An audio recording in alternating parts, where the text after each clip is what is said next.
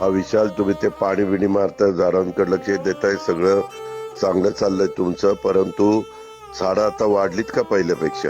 दादा चांगली वाढलेत, फक्त पानगळतीमुळे जरा थोडस मोकळं दिसायला लागलंय. नाही नाही, आता पिवळे फुलं येतील ना त्याला झुपकेबाज. हो येत आहेत दादा. आता मागच्या वेळेस आलती त्याच्यापेक्षा जास्त येतील आता.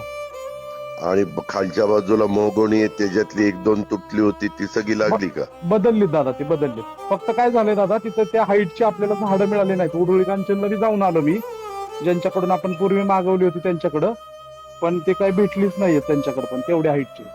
नाही नका का भेट ना, हा त्यातल्या त्यात जेवढ्या उंचीची, कारण मी पण आता जाऊन शुगरला करायला लावलेली मोहगोणीची झाडं. हा तिथली तुम्ही देतो म्हणाले होते. हम्म. आणि दादा त्यांना उद्या सांग. असतील तर या की दादा इकडं. अहो नाहीये विशाल, माझा रिप्लाय रे बाळा.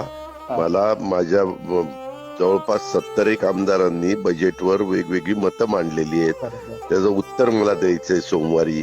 बरं. खरं द्यायचं होतं काल, परंतु काल त्यांनी सुट्टी दिली, त्या गडबडीत मी आहे. हा मला वाटलं होतं काल येताल तुम्ही म्हणून.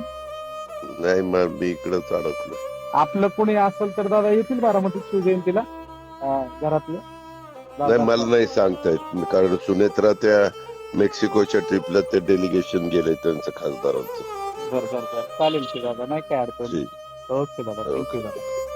बाकीचं ते तिकडचं ते वॉच टॉवर वगैरे केलेलं आहे, तिथं लोक नीट मुलं बिलं हे करतायत का वेडावाकडं नाही करतायत? खेळतायत दादा तिथं. फक्त काय होतंय माहितीये का, संध्याकाळचा आता पोलिसांनी पण राऊंड चालू केलाय. ठीक आहे. ओके दादा, थँक्यू. ओके.